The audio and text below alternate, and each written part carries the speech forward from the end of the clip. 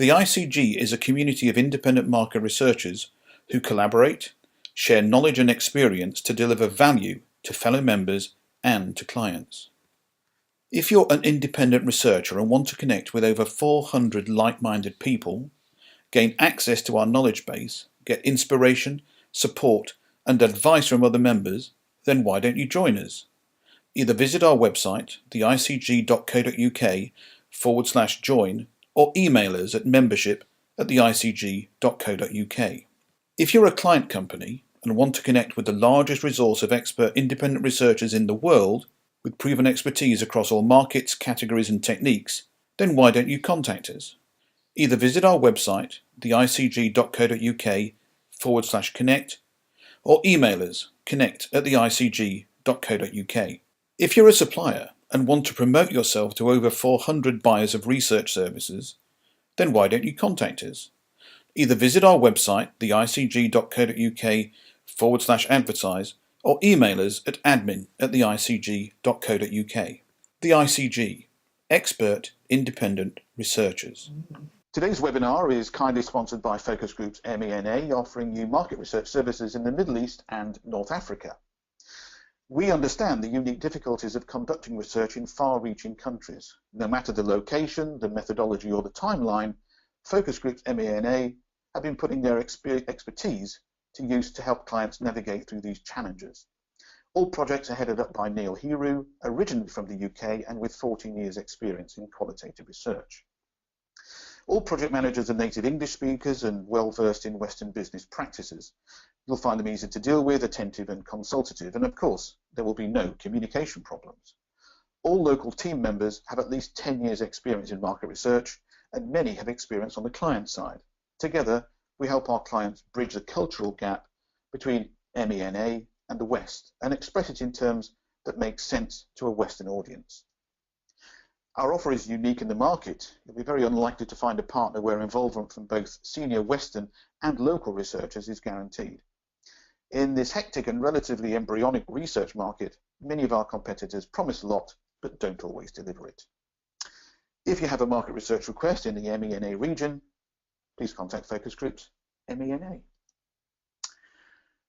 Anna, welcome. Are you there? I am. Ah, good. Well, that always helps if our speaker's there. So welcome, Anna. Anna specialises in helping professional and technical leaders broaden their horizons, deepen their relationships, and develop their leadership capabilities and confidence. Her approach to coaching and facilitation generates energy, enthusiasm, and enjoyment. It gets to the core issues quickly. Clients are asked to step out of their comfort zones, and Anna also pushes her own boundaries, continuing to bring new ideas and perspectives to the work she does.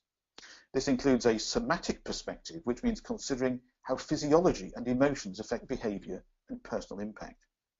Clients have said that they gain insights and tools that enable them to interact at a more strategic level and deal with issues and relationships that they had previously found difficult.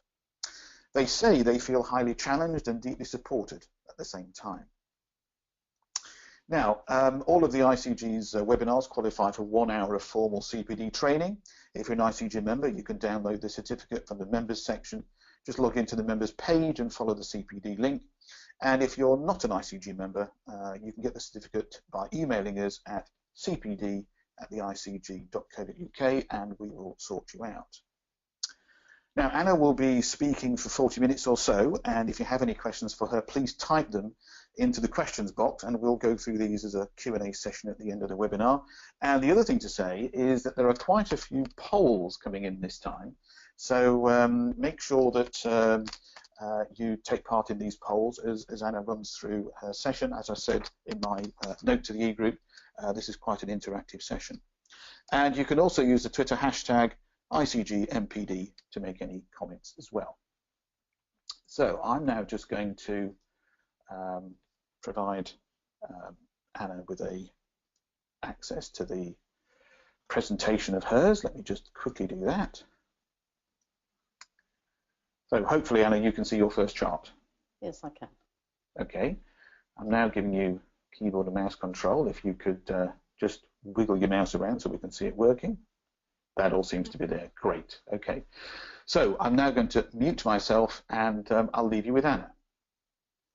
Thank you. Good morning, and thank you very much, Arthur, for that introduction.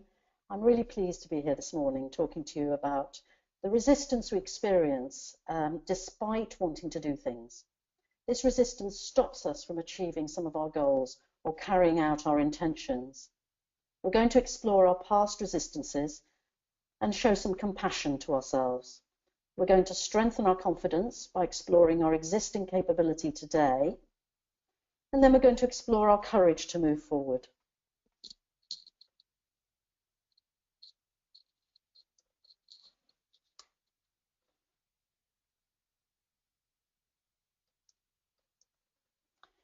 So Arthur introduced me very kindly. I'm going to talk a little bit about me. I work mostly with professionals, developing them into leaders. I have a professional background myself. I originally trained as a chartered accountant. And most recently, well, for 10 years, I've been doing leadership development and coaching. And most recently, I trained as a somatic coach, which, as Arthur mentioned, means that I help people explore their physiological reactions, how they move, how they hold themselves, and how they feel, as well as how they think. I come from an Italian family, and I'm passionate about learning.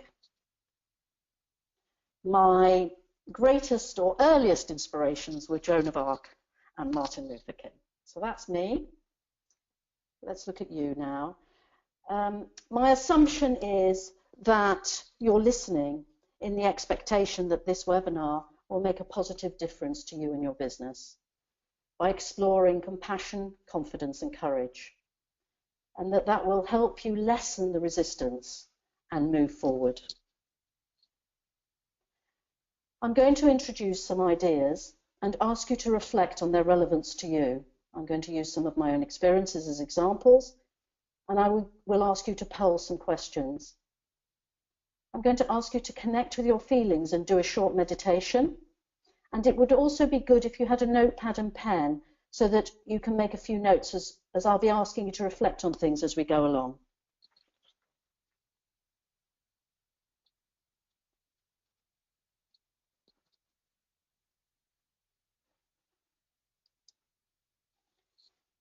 My hope is that we actively reflect together for the next 40 minutes or so, and that you will leave with more confidence and some takeaway practices to help you tackle those challenging obstacles. So what is resistance?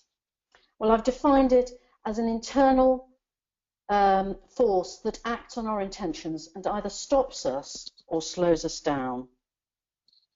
Examples of things we might resist: getting and maintaining focus, alone all day in your office and there are so many distractions that take you away from your intentions, resisting prioritizing the longer term, the harder stuff. When considering networking, maybe we have the pit of the stomach resistance to showing vulnerability and need. Maybe we avoid presenting, or dealing with challenging individuals, or avoiding that call. Or sometimes we have a resistance to something we dream about. Later, I will share the resistance that I experienced when dreaming of writing a book. Now, just note down one or two things you're resisting at the moment.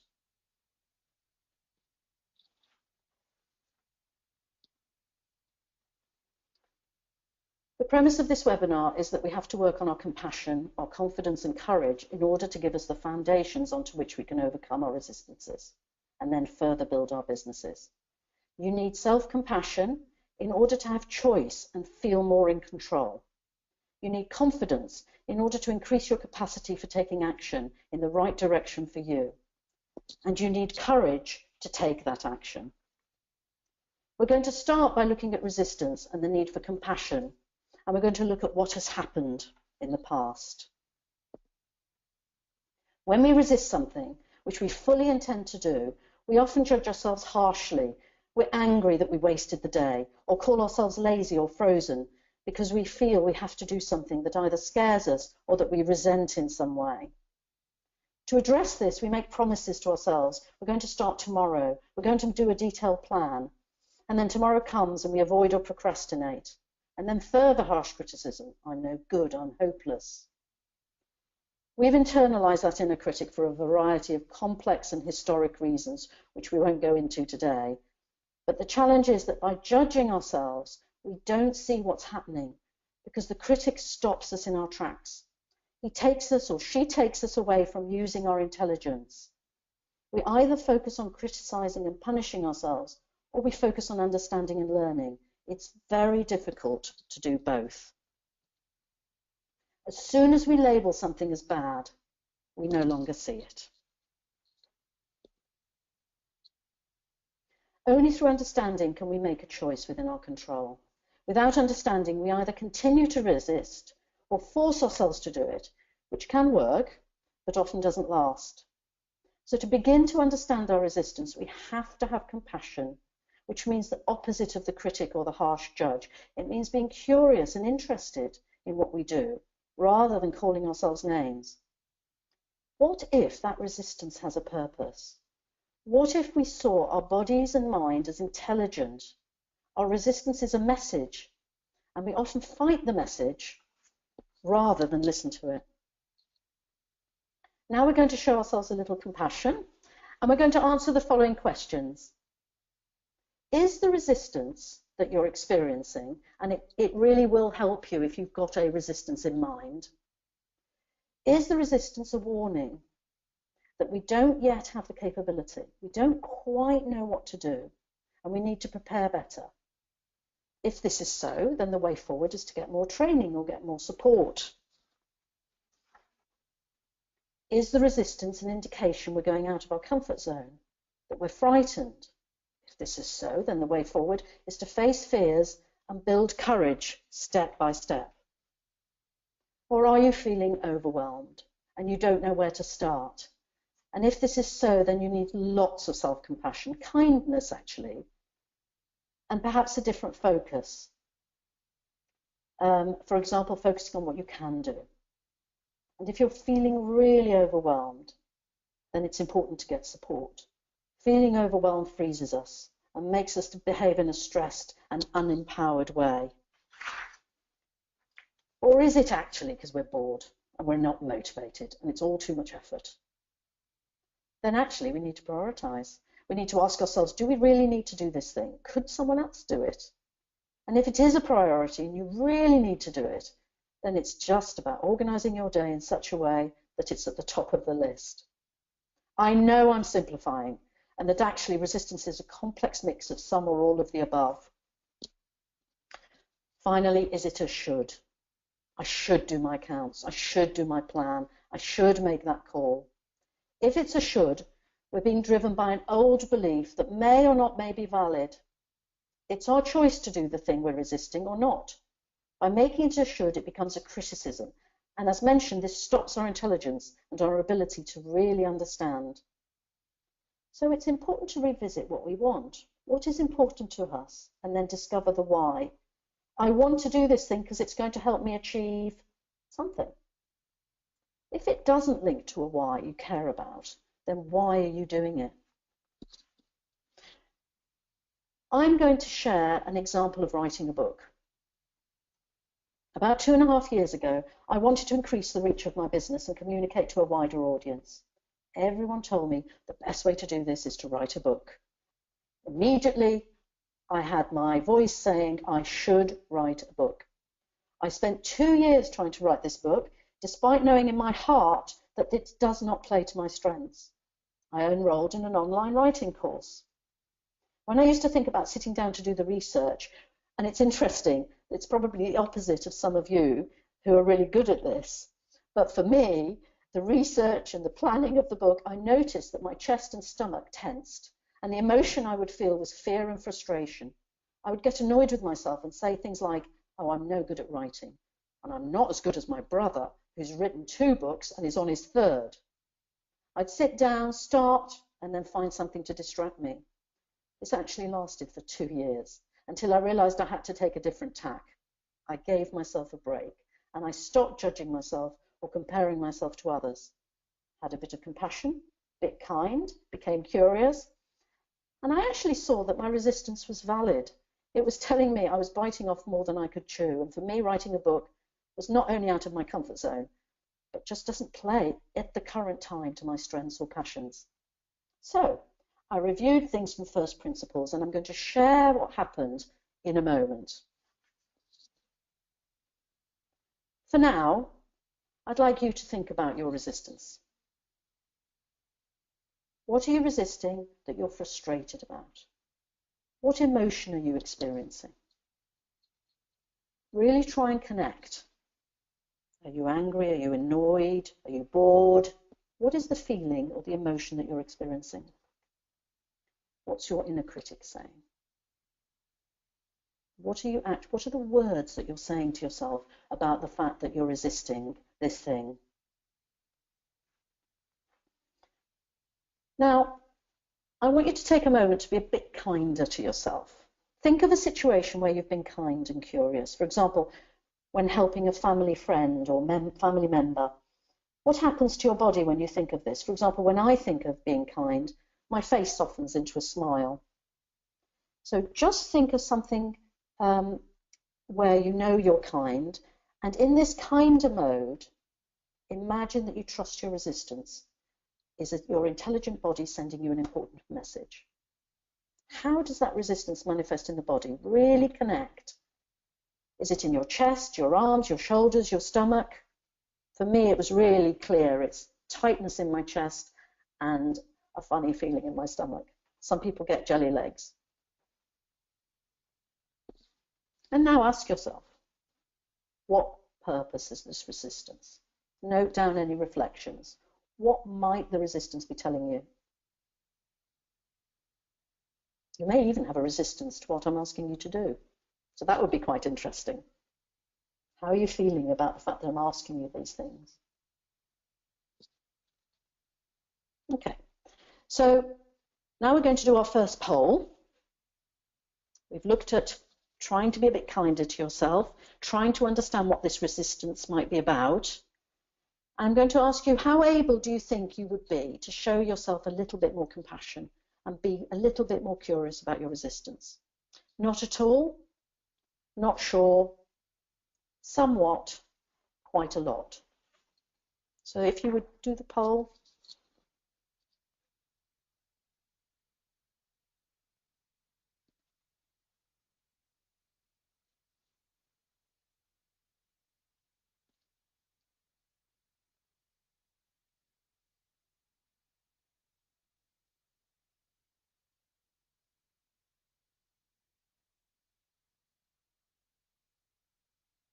Okay, thank you very much. Good. That's 50% of you will do a bit, somewhat, and 19% quite a lot. Okay, let's move on. Thank you. So we're now going to look at confidence. Because we've looked at the past, we've looked at compassion and compassion and resistance. We're now going to focus on what we do well. So I'm introducing a model here, which is made up of 4 areas that together will help you find your sweet spot, build your confidence, and move you towards your intentions. The first area is your somatic presence.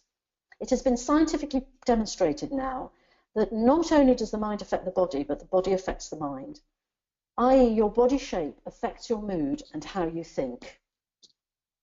I recommend a fantastic talk by Amy Cuddy, who explains that body posture can affect your levels of anxiety and confidence.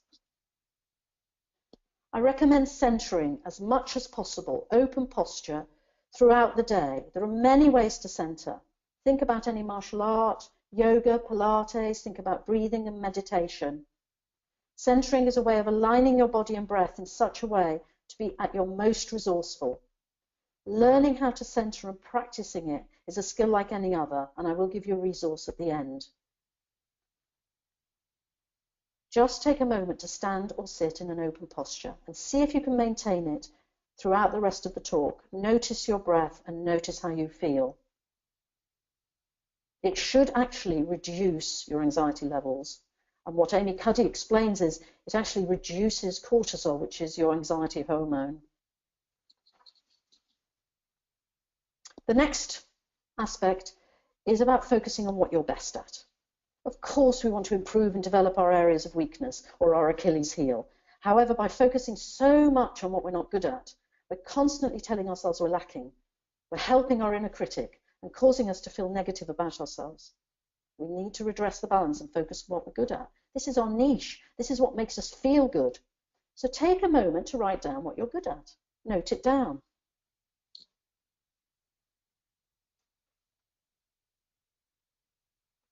I know I'm not leaving you a huge amount of time to make notes, but obviously you will get the slides and you can do this later. So my recommendation is just put down what comes to your mind immediately, not too much thinking. Find your confidence. That's the third aspect. This is the piece about what you care about. If you care about something, it changes your energy. Think about something you care about: family, success, hobby, a piece of work. Notice your body and sensations, your voice. Now think about something you don't care about. Notice your body, notice your sensations, notice your energy. Really notice the difference. What is the difference in your whole body and physiology between when you care about something and when you don't care about something? So to find your sweet spot, the thing that will really motivate you is you have to care about it with some passion. Next, business goal. So this is the piece around aligning with your business goal. If your business goal is at odds with what you're good at and what you care about, it will be very difficult to motivate yourself. This is a really interesting one because I'd like you to note down your current business goal and then think about what you feel about it. Are you comfortable with that business goal? Or again, is it a should? Just note it down.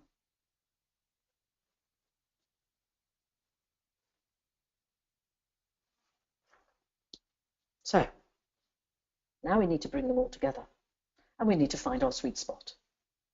And we're going to do this together. I'm going to give you my example.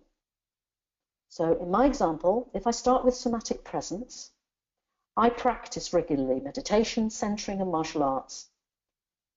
What physiological practices are you doing or could you do that would center or ground you? Note it down. Again, just whatever comes to your mind. Then I look at my strengths. I'm going to give you an example. One of my strengths, my main strength, is developing and communicating new ideas with passion and energy, and especially where I can interact with others. What are you best at? What's your strength? What are you good at? Next, I looked at what I cared about. So I really care about my family, and I really care about helping people to develop. I just do that all the time. It just motivates me and energizes me. What do you really care about?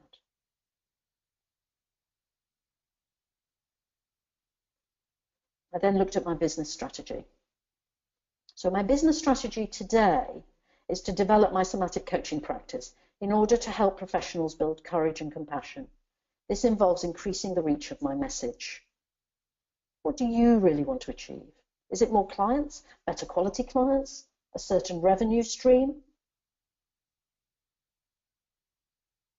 And then we put all these together and reflect. What comes up? So what the process did for me was, first of all, it brought me back to a place of strength. I realized that I am best at short communications of ideas with interactive potential that will give people immediate tools. Perhaps not a book.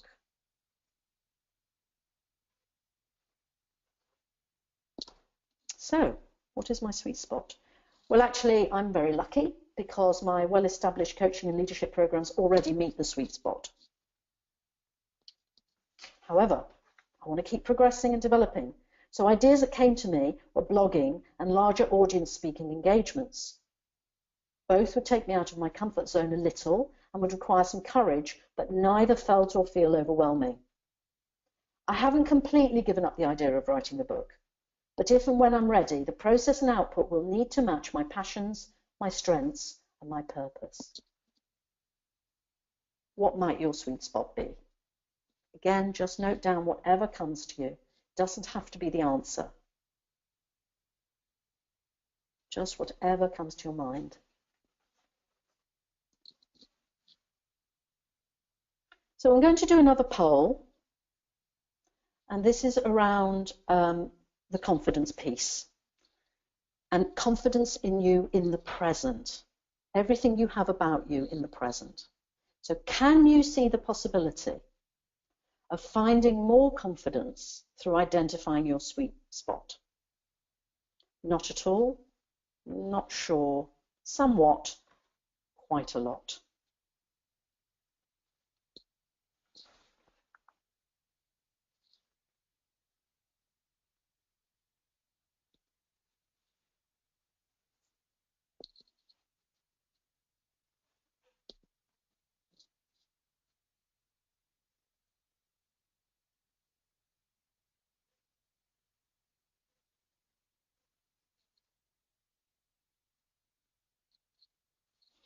Okay, that's interesting. But everybody thinks they can do a little bit. 20% of you think you're not sure. 60% will do some or a lot. Okay. Interesting, thank you very much. Let's move on.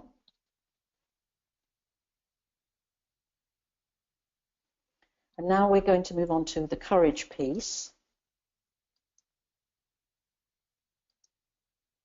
Okay.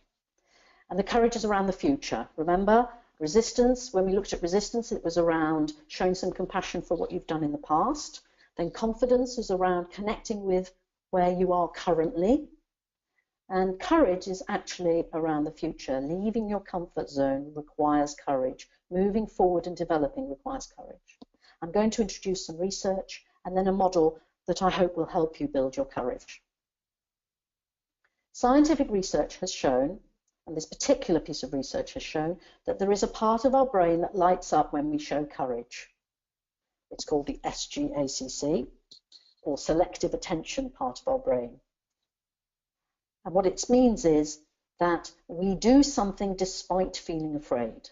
So that's how we're defining courage. We do something despite feeling afraid. The exciting discovery is that we can strengthen our courage like a muscle. Meditation, for example, has been found to increase the selective attention part of our brain. Focusing on what we want rather than what we fear increases our courage. Acknowledging our fear at a physiological level can actually reduce the fear itself.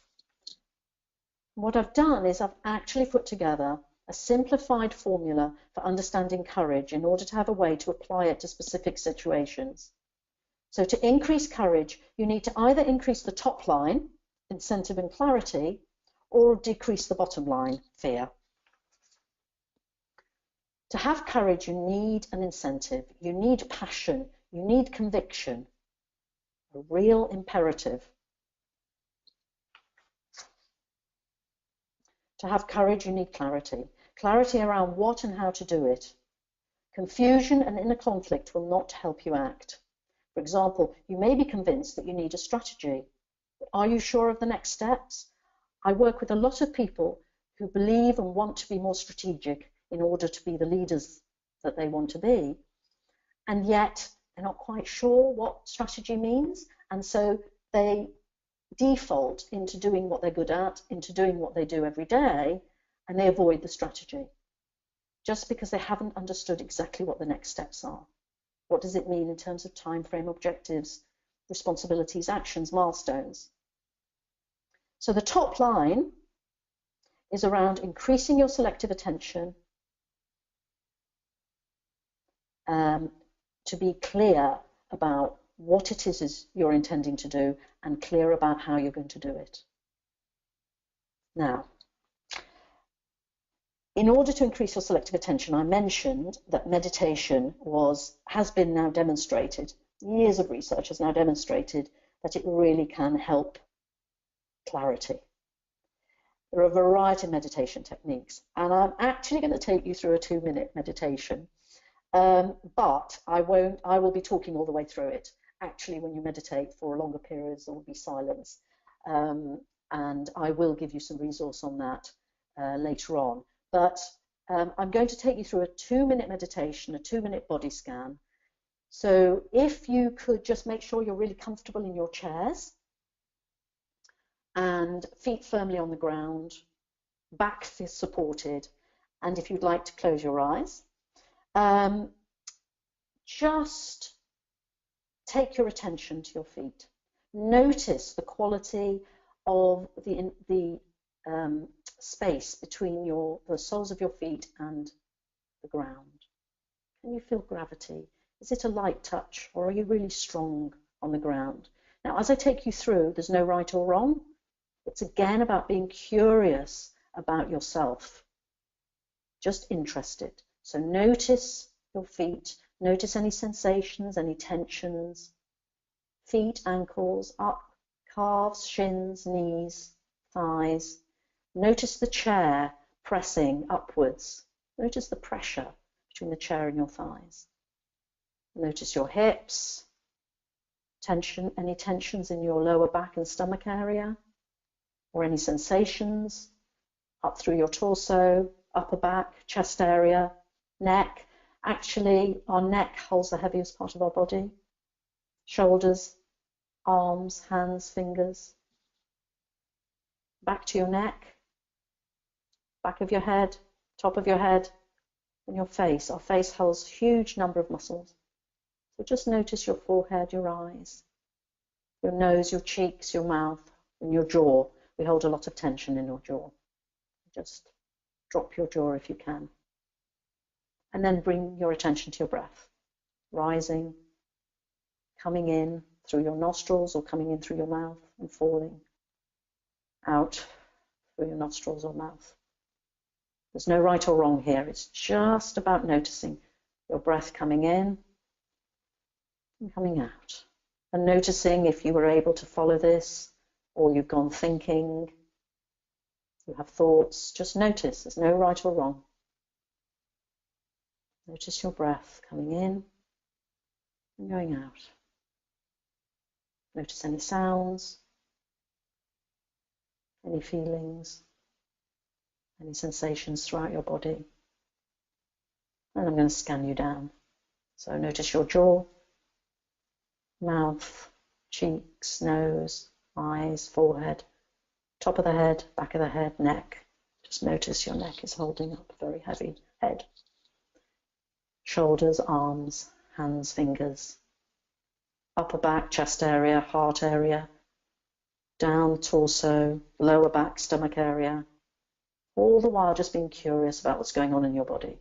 Hips, thighs. Again, notice the chair, notice the pressure. Knees, calves, shins, ankles, and feet.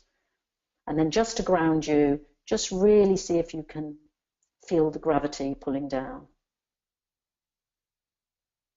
Just whoosh your energy down a little bit. Okay, when you're ready, take a deep breath and open your eyes.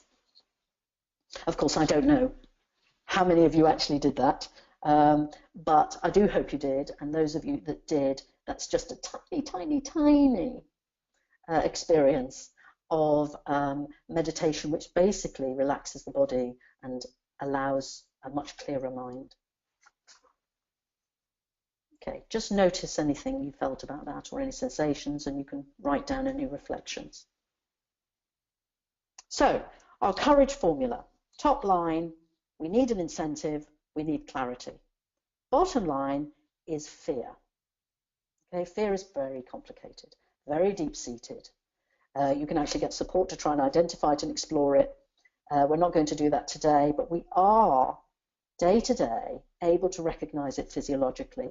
And just by recognizing it physiologically, it can help us reduce the intensity, and it allows you to identify and acknowledge. So,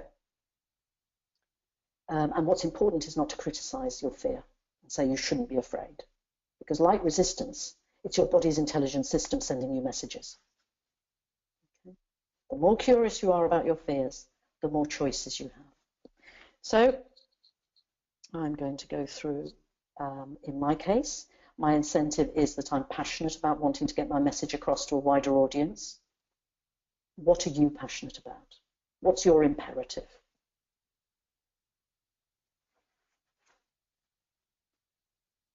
Next, I'm clear that I need to start with a short blog using LinkedIn as a platform, and I'm clear about what steps I need to take. So what are you clear about? What do you need to do to get clarity about what it is that you want to do? What step do you want to take? I then sat with my fears. What if I ruin my career? What if my existing clients don't like my blog? What if it reduces my professional image? What if I can't keep it up? I feel the fear in the pit of my stomach. I really, really feel it. I really can recognize where it is. I asked someone I trusted to review my first blogs. I kept feeling the fear and connecting with my intention. And I respected that my fear was telling me something. It meant I had to adjust something, or it wasn't quite right. So I rewrote it until my fear ebbed, and then I took the plunge. There's always that little plunge you have to take. I've now written 12 posts. Some are more challenging than others. I still feel a little fear every time, but it's getting less and less. What are you afraid of? And where do you feel it? So hopefully you're passionately driven to do something new, to take that plunge. You're clear about what you need to do, but you've still got a bit of fear. What's that about and where is it? So what action are you going to take that will take you out of your comfort zone and move you towards your sweet spot? Just note down whatever comes to mind. And we're going to take another poll. Can you see the possibility of developing your courage? Not at all, not sure, somewhat, quite a lot.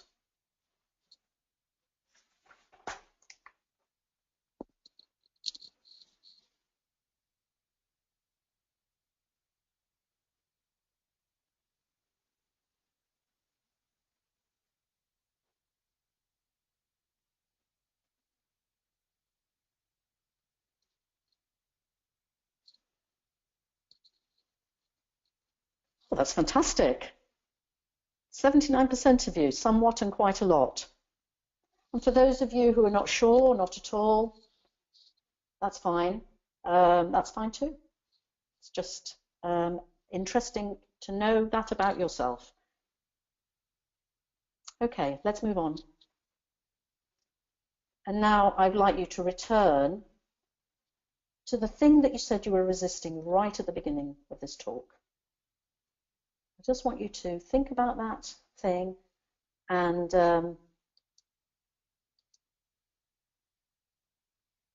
connect with it, and how do you feel about it now? So when you're thinking about it, notice your body shape. Notice any sensations, any emotions, and write down any reflections. Effectively, what I'm saying is, go back to the beginning. How are you now feeling about that thing that you were resisting?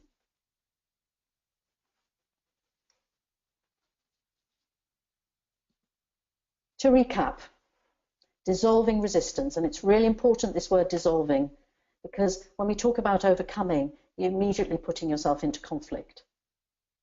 So to recap, whilst we judge ourselves harshly, it's very difficult to be consistently overcome, dissolve resistance. So be curious, show kindness to yourself. Building confidence is about what we want, what we care about, what we're good at, and how we hold ourselves. Finally, to make any change or grow, we need to challenge ourselves and to push ourselves out of our comfort zone and develop our courage. Trying to jump the ravine in the first instance without training and practice is foolhardy.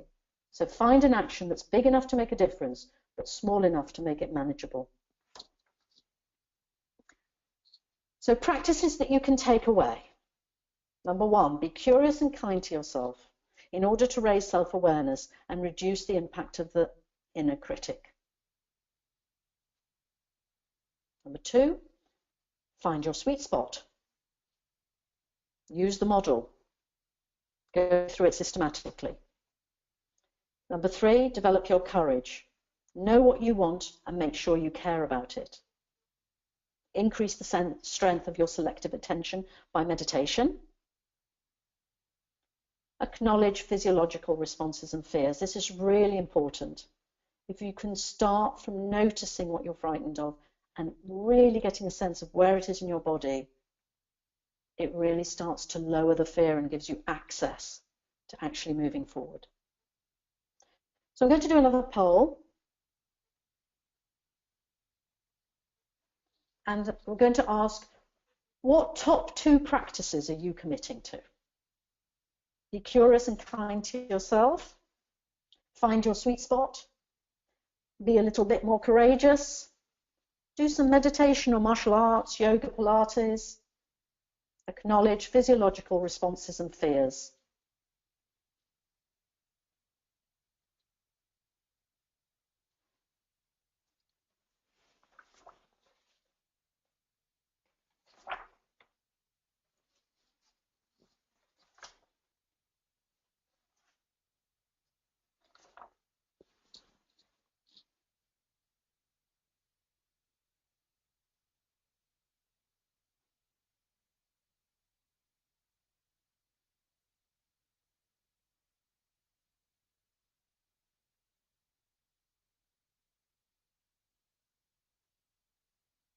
Okay, thank you. 40% of you are saying that you are committing to be more courageous. And some meditation and sweet spot. Fantastic. Thank you so much. Let's move on. And really, I'm going to thank you now for listening and ask you if you have any questions. Thank you very much indeed, Anna. That was just amazing. Thank you so much for that presentation. I'm just going to change screens at my end of the business, as it were.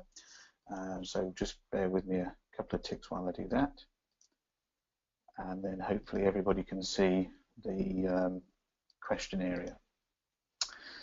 Now, actually, there are no questions at the moment, so clearly you must have answered every question that people had in their own minds, but I'm sure there are some that are going to come through as we chat. Now, as I said to you earlier, I've done some of this before. I've been to see Anthony Robbins. There's a Scottish guy, Jack Black, runs a company called Mind Store. And it's great while it happens, and it's fantastic to do this and be guided and you know, build up that confidence and overcome that fear. The challenge I always find is how to keep it going. How do you make sure that each and every day you're doing a bit of what it is you need to do based on the what you've been saying to us this morning? Can you give us a bit of help on that? How do we keep it up? How, you know, we might start later on and we'll be, you know, be aware of our bodies and all that fear and everything, but how do we keep it up and make it positive? Because we don't just want to say, oh crikey, I'm feeling fear and the pit of my stomach and it's awful. I mean, that doesn't get us it's acknowledging it, but it's not taking us anywhere. So how do we keep it up? Okay, so the first thing to just say that the only way is to practice, and that if you're not keeping something up, then you're resisting. So we're back to the beginning of my talk. But then there's something wrong with what you're not, if you've set yourself to practice something, and often we give ourselves massive goals. You know, we're going to meditate 20 minutes morning and evening, we're going to go for a run, we're going to do all these different things. And we don't do any of them. So the point is you have to find a practice that's small enough. You have to get to the practice that's small enough that you do it with joy, or at least do it more easily. The second thing is you have to go through that process. If you're not practicing, it means you're resisting. So it's like taking you back. In a way, the question you've asked is the question I've tried to answer, which is, why am I not practicing? That means I'm resisting. instead of going back. So that's one answer. The second is the fear. Well, actually, acknowledging your fear and noticing where it is in the body and just saying, oh, you're there, is enough in itself, because it will reduce your anxiety levels, even if it's only a tiny bit. But just by saying, oh, because what happens is we have fear and we block it. We either don't pay attention to it, we block it, or we say, we mustn't have this fear. I must be courageous. I must be brave. What we're doing is we're ignoring, again, we're being critical. We're saying you mustn't be frightened. So by acknowledging your fear and saying, so for example, I have that little stage, we all get stage fear in front of any presentation, and this one, I have that little fear, and just, oh, where's that fear? I noticed my heart was beating faster just before we plugged in today. And as I just noticed that, just calmed me a little bit. So if you want to actually do something, then it's combining the things I said about the courage formula. So it's not just about acknowledging fear. You need to say, right, why do I really want to do this? And what is it I'm going to do? So for example, saying, oh, I'm going to meditate tomorrow, that's not good enough. You have to say, I'm going to do 2 minutes in the morning using, for example, the app that I suggested, Headspace, or I'm going to make that call at a specific time. And you have to make it small enough to be manageable. Does that make sense? It's a bit circular. My answer is a little bit circular. No, but absolutely. But point taken. Now we've got loads of questions coming in now, so thanks to all you attendees. That we've got some cracking ones coming up. First one is from Tessa Weaver, and she says, "Do you find people understand their own sweet spot? In other words, do people know what they're good at?" Thank you for that question, Tessa.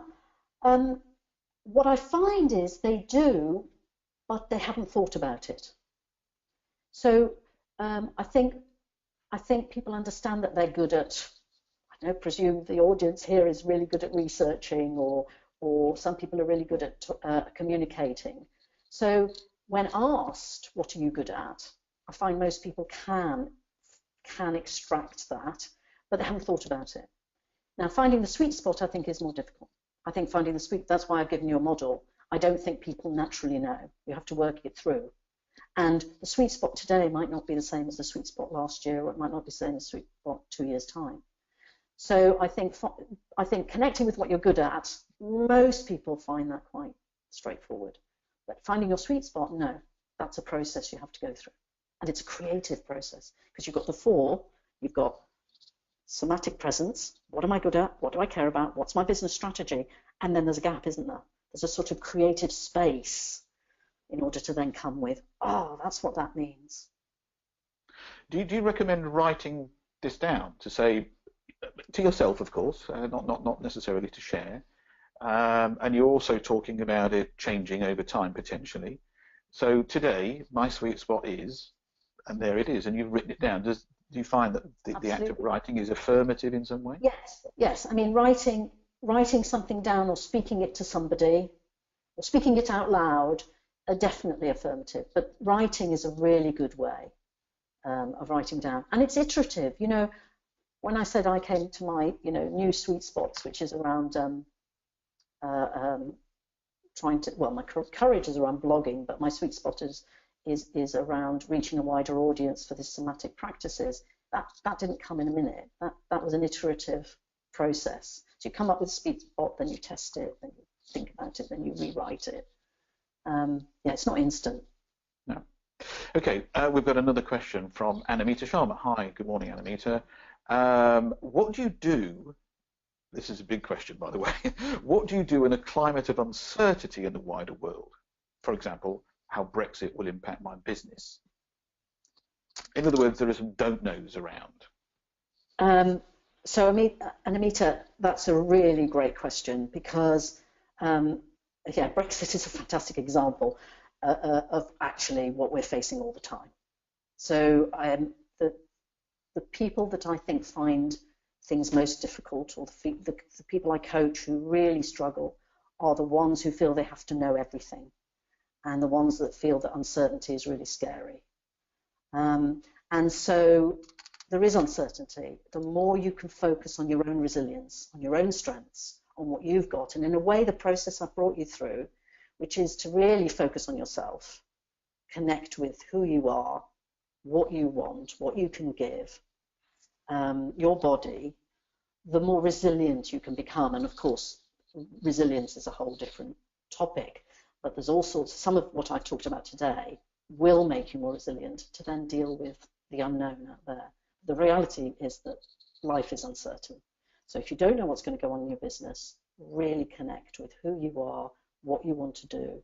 And of course, you have to talk to people. What's going on in the business? What does it mean for your industry? Of course, you have to do all that as well. But how, I mean, it's not just Brexit that causes uncertainty for people. There's plenty of other areas in our lives which are uncertainty. And and how do you, build your courage, let's say, to deal with uncertainty? To me, it's a mindset shift. And the mindset shift is to embrace it and to accept it. So the world is uncertain. And, this would have been more difficult 40 years ago for my dad, who, worked 9 to 5 for 40 years in the same organisation. We know now that it's not like that. And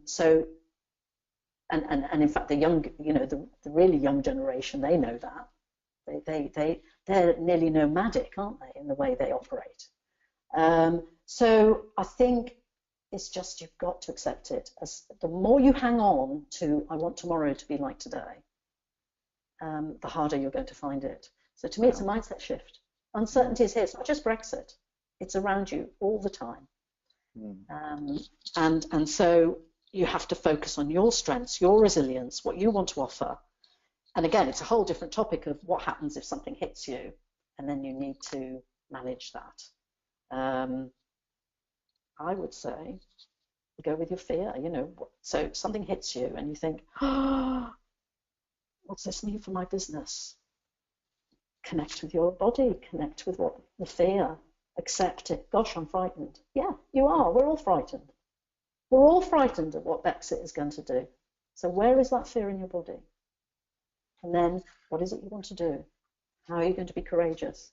So all the things I've said, they're only part of the story. But to me, the big one is uncertainty is here to stay. So that's part of life. I don't know whether that answers your question, but I don't think there's a, no, it's very wise. Answer. Uncertainty is here to stay. Accept it. But Anna just posted a follow-up. So, for me, the question is less about dealing with uncertainty, which I think you've covered quite well, and more about how I can influence the outcome of Brexit, and I suppose in terms of my business. Okay. I don't think necessarily Anna is thinking of being Prime Minister or anything. I think it's No, I understand. I understand. Oh, no, that's a fantastic question. I love it. So I'm going to go to Martin Luther King and Joan of Arc. So what is it you want? So the first part was, it seems to me you've got, just by listening to that question, I don't know you, but just listening to that question, it means you've got some incentive that you want to influence. The next is clarity. So what is it? What is it you actually want to do? So Arthur said you didn't want to be Prime Minister, but maybe you do. But it's knowing what is it that you actually want to do with your business. Who do you want to influence? All the stuff that in research is who is it you want to influence? What is it that you want these people to be influenced about? What do you want them to do? How do you want them to behave? So if you are passionate, you're clear about what it is you want, connect with your fears, okay? Because usually if we're going to be courageous and we're going to move forward, we have to connect with what's not good, what we're frightened of. And then take the plunge.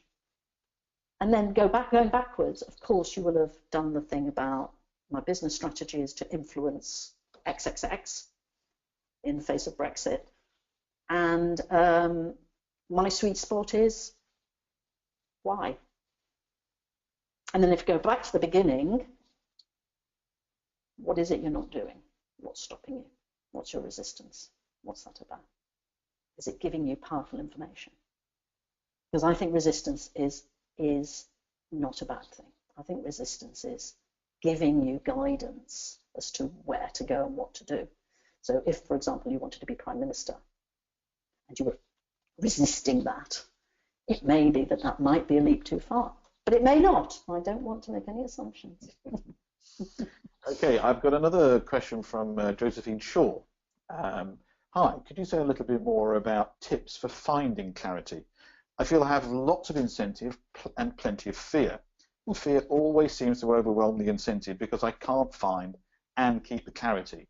And she then goes on to say, keeping the clarity is key for me. It seems to come and go. Okay, Josephine. Finding clarity. Okay. Josephine, that's a really interesting question. I'm going to have to just reflect on that a second.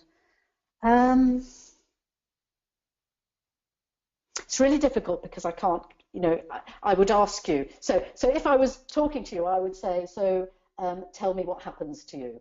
What does clarity mean to you? When is it not happening? When does it happen?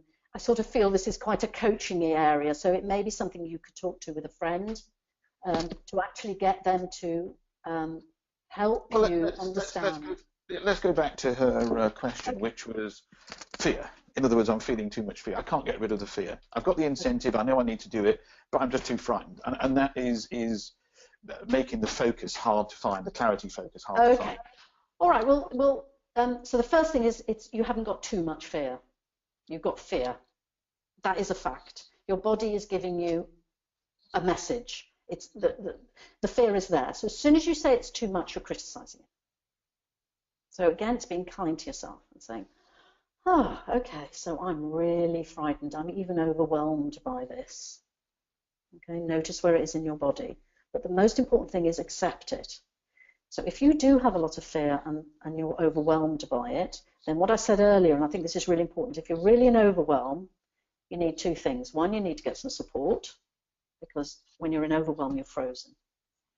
Okay, so get some help. The other is, can you find a little thing that you can be clear about? Can you find one little tiny thing? Because if you're in overwhelm, you can't do everything. I remember once I was in overwhelm, it was about 20 years ago, and I went to my boss, I was completely in overwhelm, and he said to me, okay, tell me what your priorities are on my, let's say, 20 tasks. And I said, I can't, because I'm in I've got myself in such overwhelm that I can't even see task number one. So he understood that, and then he helped me. So if you're in overwhelm, then you have to go to the one tiny thing that you can do. And actually, then you can maybe do a little bit more. But I definitely think if you really are overwhelmed by your fear, then you need to talk to someone, get some support, acknowledge your fear. It's not too much, it's giving you a message. Maybe you think you know what you want, but maybe it's not quite right. Maybe the fear is saying, not quite right, Josephine, this isn't actually what you want to do. Maybe it's giving you a good message. Trust your fear. Yeah. Now, I want to differentiate. It's really important to differentiate something here. Some of our fears are historic, and they're not actually valid today. So some of the fears we might have had, for example, we were frightened of that teacher who told us off when we didn't get something right. And we carry that into adulthood. And every time we think we're not going to get something right, we feel that awful fear. Okay? Now, if it is that fear, then it's not relevant for today. And there are ways to think about lessening that and saying, okay, not valid. But there are some fears that are valid. Maybe you're not prepared enough. Maybe it's not the right skill set for you. Maybe that person is going to, maybe. So, for example, when I said, oh, is this going to ruin my career if I blog? Because my blogs are quite personal as well as, they're relevant to business, but they're quite personal. Maybe I was right. That's why I kept rewriting it, because I thought, my fear is telling me not to say these things and amend them. Do you see? So I just think fear is really useful because it tells us that it's not right yet. Well, we're just about at the end of our time, but I've got one statement to make and one more question. The statement is actually from Jesper Lindhart, and he says, this is not a question, but a thank you. I'm going through major changes, moving towards full-time self-employed. This session helped me understand my resistance and concerns and what is actually the issue. Thank you. Oh, thank you. Thank you for that. That's from Jesper. And then the final question is from Shirley Kennedy. Bit of a detailed one, so I think we may need to just cover this one off fairly quickly, if at all, Anna, actually. So why did you mention that goals are not to be should do, etc.? Surely all of us are working in teams and have shared goals, so it's difficult at times having optimal goals that everyone's comfortable with. What's an example of a goal in this context? So I think this is perhaps crossing over between shared goals in teams, and she says that some of us are working in teams and some of us are not, and personal goals. So I suppose what she's saying, if I'm correctly interpreting this, Shirley, is that when you have shared goals, how do you make sure that those shared goals, everybody's comfortable with them? How do you have a shared goal in this way? Okay, thank you, Shirley. Okay, so I don't think we have time. I'd love to, because collaboration and shared goals is a passion of mine. So, but that really is another topic. But what you asked was, how can it not be a should? And whether it's a shared goal or a personal goal, it doesn't matter. If you don't want to do it, if you make it a should, in my view, it will make it very hard for you. So if, let's say, the shared goal is something you're not quite in agreement with, then that's what it is. Okay, I'm in a team with a shared goal. I don't really agree with it. What does that mean for me? But if you say, I'm in a team with a shared goal and I should do it, it's going to create a whole stream of emotions. And so to me, it shouldn't be a should. It's a, I want to do it, I don't want to do it. I don't like this goal. I don't like this goal. Maybe I need to go back to the team and tell them I don't like this goal. As soon as you make it a should, you become, if I'm put it in brackets, a bit child, you know, every time, and I say should all the time, by the way, I'm not there yet, but as soon as I say should, I've put myself in child mode. I've put myself in, I've got this inner parent, inner critic telling me, Anna, you should, wagging their finger at me. Instead, I should say, do you know what, I don't like this goal, don't agree with it.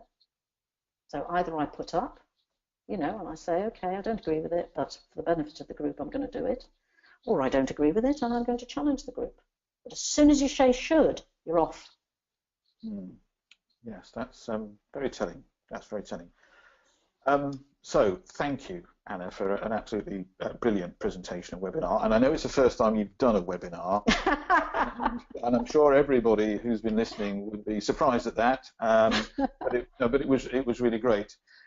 So thanks for that excellent presentation, and also thanks to Focus Groups MENA for sponsoring us. The next webinars, a couple of really good ones. September, we've got a session called Finding Insight in the Noise, How to Approach Social Media Intelligence, presented by Gillian Ney, the UK's first Doctor of Social Media, not to be missed. And in October, we have our own Jane Woolley, accompanied by Alvin Jackson, who will be talking us through the theory and practice of customer journey mapping. So I hope you've enjoyed today, and thanks for coming.